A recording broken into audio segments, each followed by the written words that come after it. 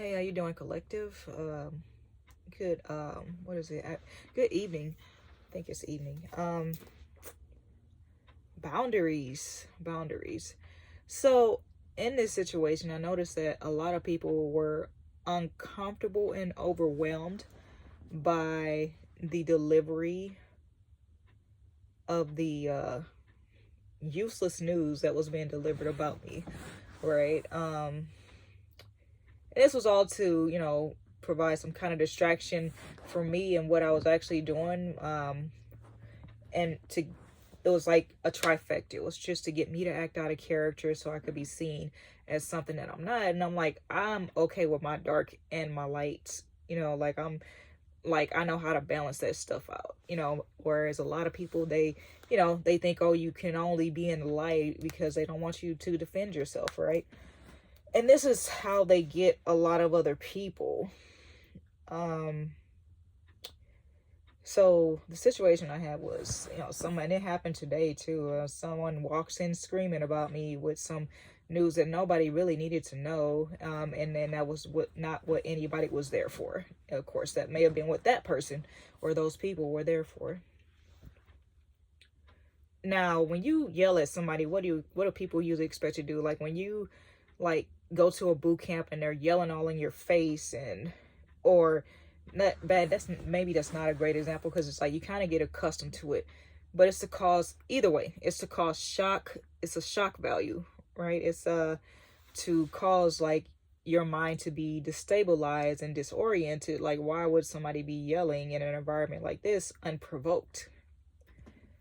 And that grabs attention, and it also gives a delayed response or a rushed response. Or sometimes if it's intimidating, and it can give a rushed and inaccurate response, and it is not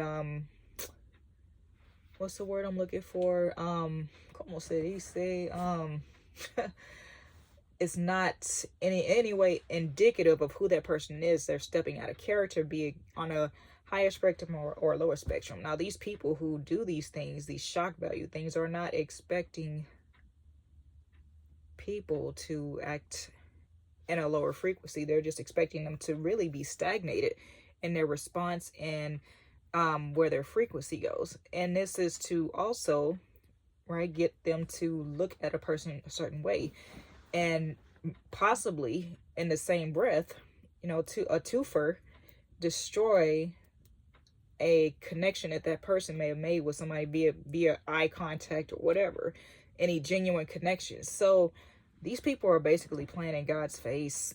They're basically trying to undo the work of the Most High, because when you make genuine connections and then somebody comes in to try to break that up, like there's a difference if it's being entertained off the bat versus when somebody comes in and just tries to like ruin the whole shit, right?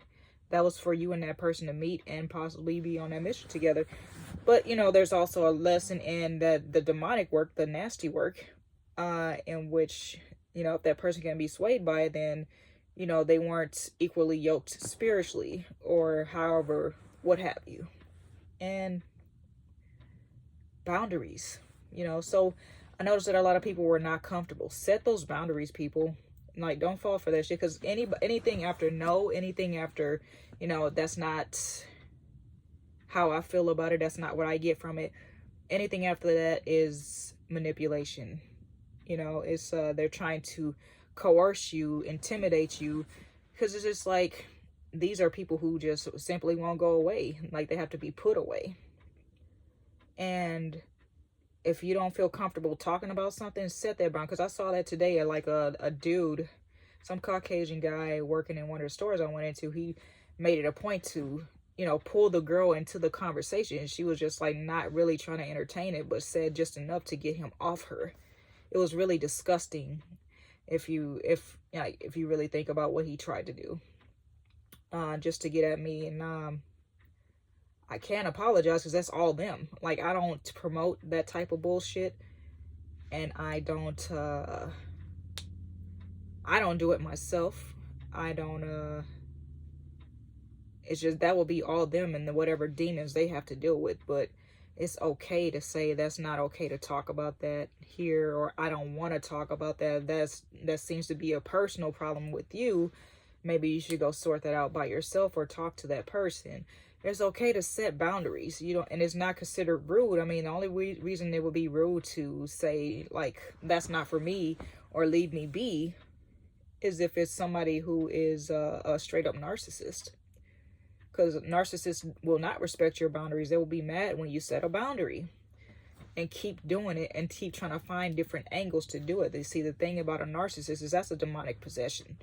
And that's what a lot of people, you know, maybe they don't see it from that perspective. They don't get it, like they think mental illness and demonic possession are still two different things. For me, it's the latter. It's not the case. It's like that is some sort of possession, and it seems like the ones that have demonic possession are the ones they have no prescription for. Like, you're in your right mind, you're purposely causing division, confusion, destruction, causing people to act out of character and and this is why I have so much patience for the situation, because I know that these energies, they body jump, they body hop, and when you understand, then you understand, spiritually, you understand, overstand, right? And so yeah, set those boundaries for your, if not for whatever other reasons, set them for yourself. Because it's like, if you're not comfortable engaging in something, don't do it. Like, and that's just a point blank in the sentence, ends and period. Like, a lot of us win a lot of our lives, like, not setting those boundaries, giving up our power to people. And, that's part of our journey. That's part of our soul's journey on this planet. And a lot of people do it, like, thinking that, oh, this is something I want to do. And it's actually not.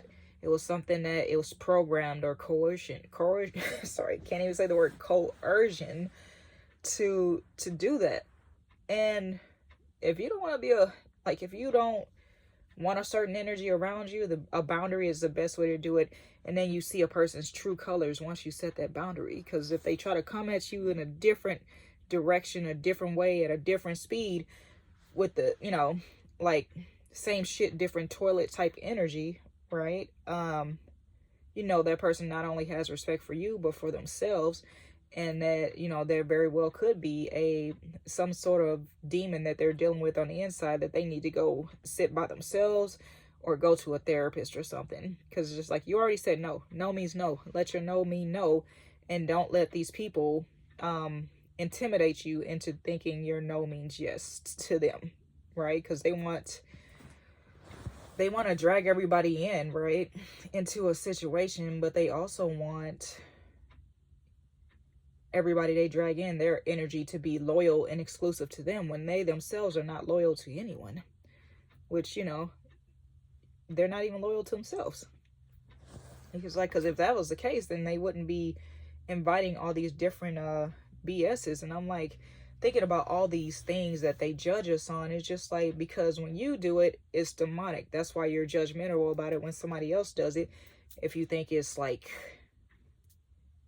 not right in your book or in excess or whatever, you put all these you put up boundaries around other people, but you don't put up boundaries for yourself. Like, they be accusing you of things that they themselves are doing behind the scenes, making it a demonic practice because they're doing it for energy harvest reasons. We do things for, like, healing reasons, whatever that may be, cooking, this, that, and the third. And they handle things very immaturely, right?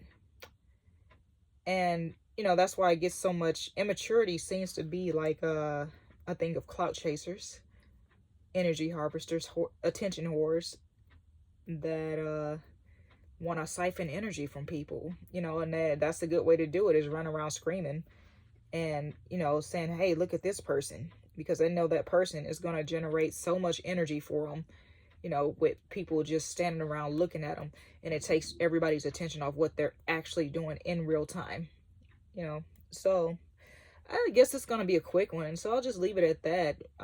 Make them respect your boundaries. Put those boundaries up, put those barriers up, that bug repellent, whatever you got to spray on you to keep those critters away from you. Because you know, they're hard to get rid of, like bed bugs. You know, it's just kind of like, you didn't walk out the door with them, but you know, somehow because you stepped in a bed of them, you walked, you know, you went home with them because one of them latched onto your pants, you know, started having babies immediately. You know, that's how they operate. You know, they yell so they can attract as many of those little those little entities to as many people as they can around you. And some people it sticks, some people it doesn't. And some of them, you know, they already had the entity attachment. They were just looking for a reason, which somebody doing that is not a good reason ever. And don't get caught up. Anyways, love you guys. Take care of yourselves. Take care of each other. Until next video. Yeah, drink water, mind your business. And, you know, demon free's the way to be. Take care. Bye.